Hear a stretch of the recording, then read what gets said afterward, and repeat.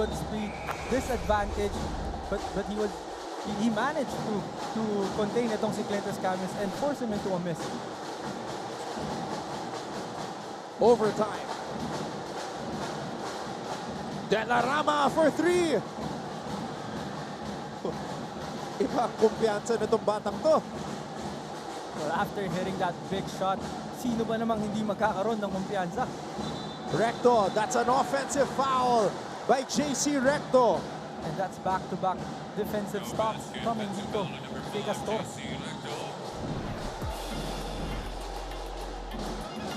Listen, if Mapua loses this game, Perpetual will finish as the #1 ranked team in Group A. Alright, pakibalita muna tayo kay Bianca Tagarda. Anton and Renzo, you were absolutely right. Maganda ang momentum ng Golden Stags, not just heading into the play-ins, but heading into the overtime of their last eliminations game today. Sabi nga ni Coach Rob Labagala during the huddle, this is nothing special. We just have to master what we did earlier, referring to the run they made in the past minutes. Now let's see if they can finish what they've started this overtime. Anton and Renzo? Linaban na nila eh. Why not go all the way? Umeffort sila para makabalik sa laro. Why not try to finish it? Well, sometimes it's harder to play against a team who has nothing to lose. Bitin. We know Cyrus can hit those shots, but I think that was a little bit too early. And I think hindi naka-posisyon yung paa niya that time. He was a little out of rhythm. Kaya short yung three-pointer niya na yun. The pressure is on.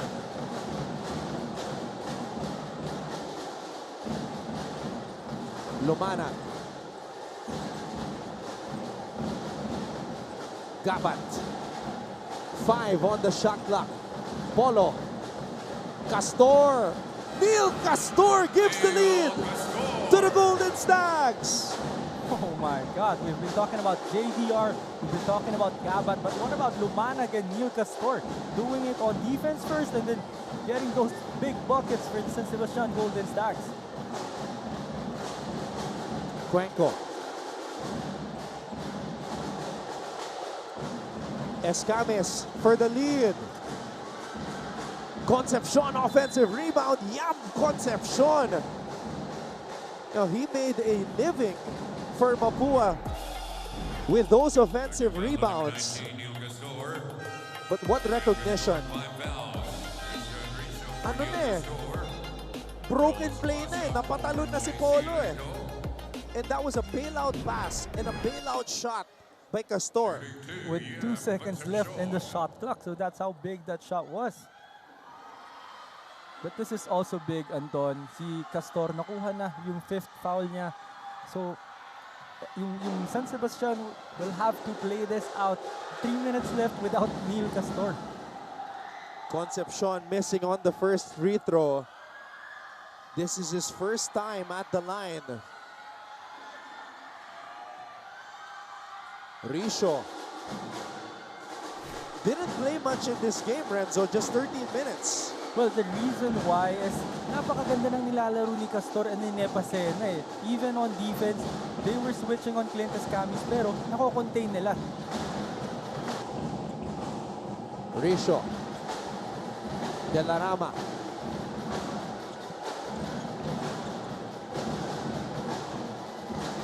Lumana. 5 on the shot clock. Lumanag. Lumanag!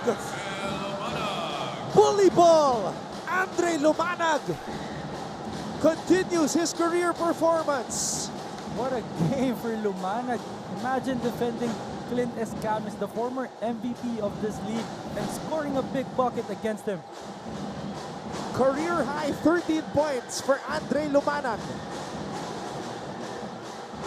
Escamis. Double team. Concepcion. Sapasap. Just in time. Last 2 minutes. We're in the end game now.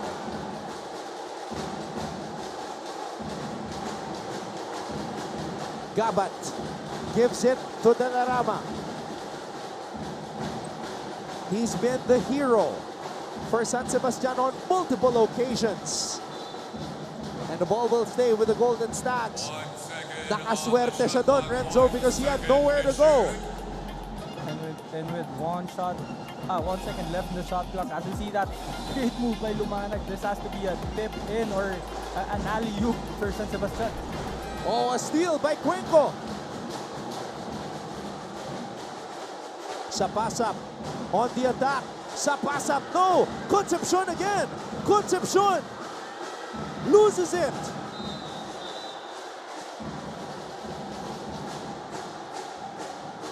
Mapua not yet in the penalty.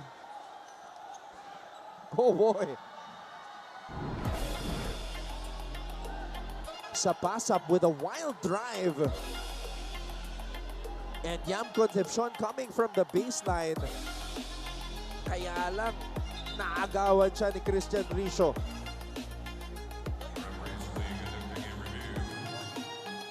Oh. That's big. There might have been a swing on Christian Richo. But you were right, no? That was a wild drive by Sapasap. He had an open Cuenco on the right corner, who's a great shooter, especially in the clutch, but opted to go all the way for that layup.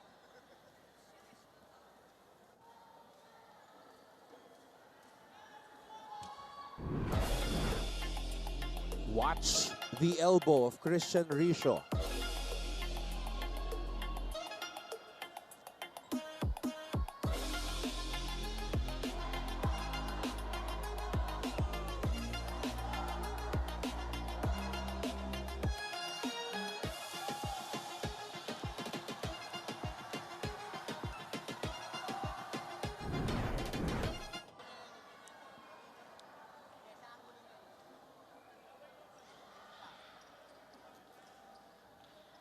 And again, we've been saying it, anything above the shoulders is being reviewed and has been reviewed throughout NCAA Season 101.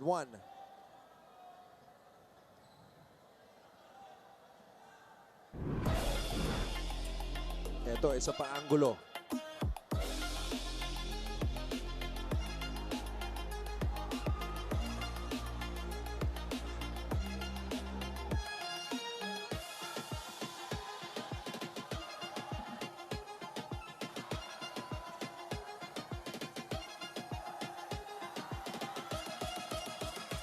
Big decision coming up.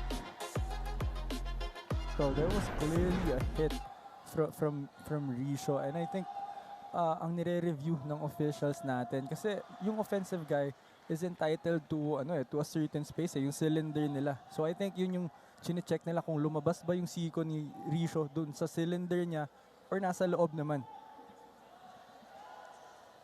We have Deputy Commissioner Mark Solano, who's a FIBA technical director and also with the SBP in the background, overseeing things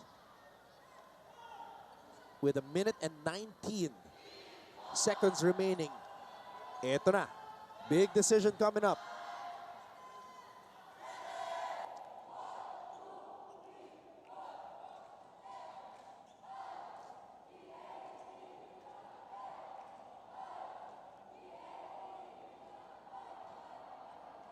What a game. So earlier it was the foot of De La Rama. Now it's the elbow of Christian Richo.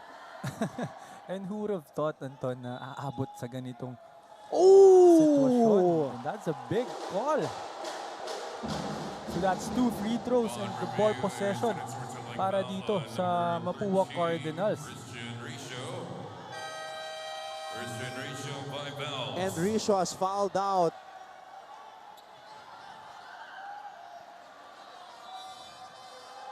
Wow. Mark with Simone for Christian Richo. Shooting 2 free throws. Earl Now Sapasap. Mapua has to make their free throws. EJ Sapasap 1 for 2 today.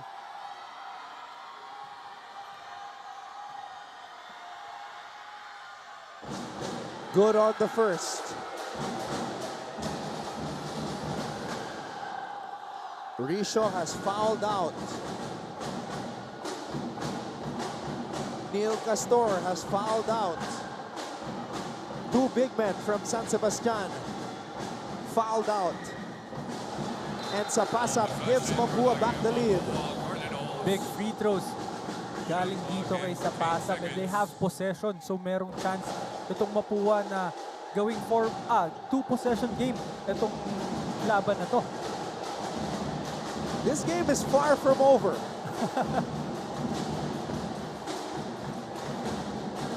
Cuenco. Sapasap. And it's that play again for EJ. Sapasap breaking down his defender. What about Sapasap with that crossover, breaking the ankles of Polo Gabat and finishing that layup against a big guy from San Sebastian? Are they gonna go to JDR? Lumanag. Andre Lumanag! Another unbelievable basket! They just keep on coming. But before that, the crossover and downhill drive by EJ Sapasap, but Andre Lumanag spin move up and under, step through, floater over the center. Puntos para kay Lumanag, a career game. That's just big for Andre Lumanag. We've known him as a defender, like we've been saying, but what about his game today? And we are tied once again, 72 all.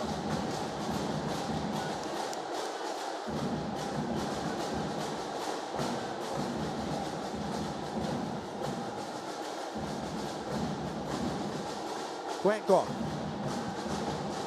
Sapasap. 6 on the shot clock. Sapasap. Concepcion for 3. Yam! Concepcion!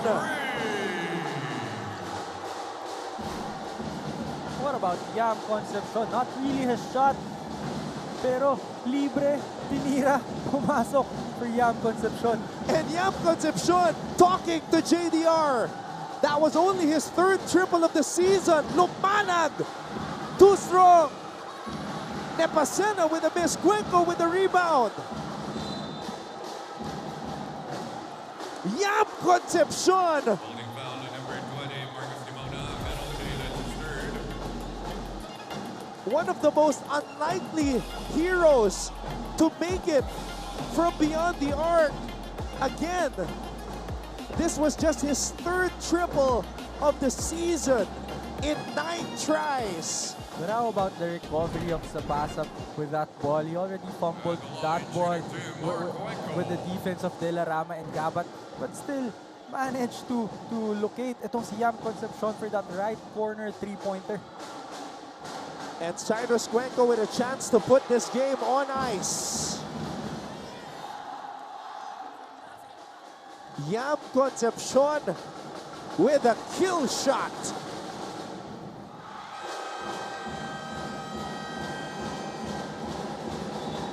And Cyrus Cuenco burying the Golden Stags with those 2 free throws.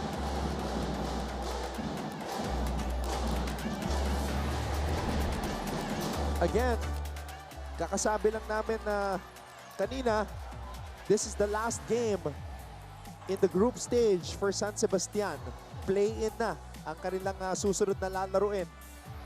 You're right. For San Sebastian, halos no bearing na ito eh. Ito na lang yung last game nila to finish the qualification round. They're getting ready for the play-in. So this is a good preparation for them.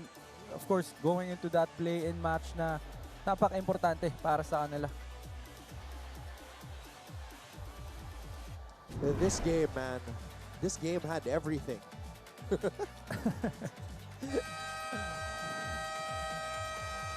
And as we also mentioned earlier, may laro pa yung Mapua.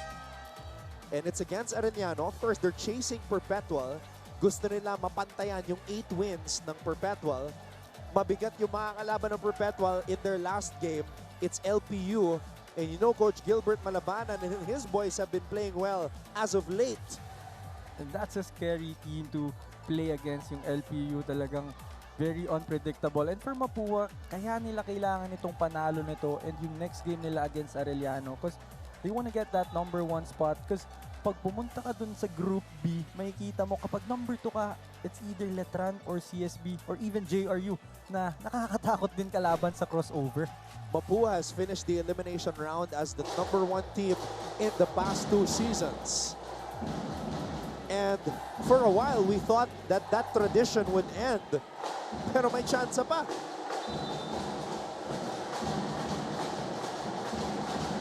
Just don't foul if you're Mapua.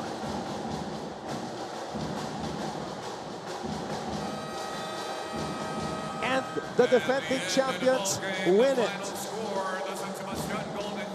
Pinakaba sila. Pinakaba si Coach Randy Alcantara. This is just a great game for both teams, especially for San Sebastian who struggled heavily during that first half. And what a way for Mapua to recover and to avoid that meltdown in the final part of that game. It was forced by San Sebastian into overtime. Pero yung Mapua nagpakita ng composure, nagpakita ng veteran presence nila sa loob. That's why they were still able to secure the win.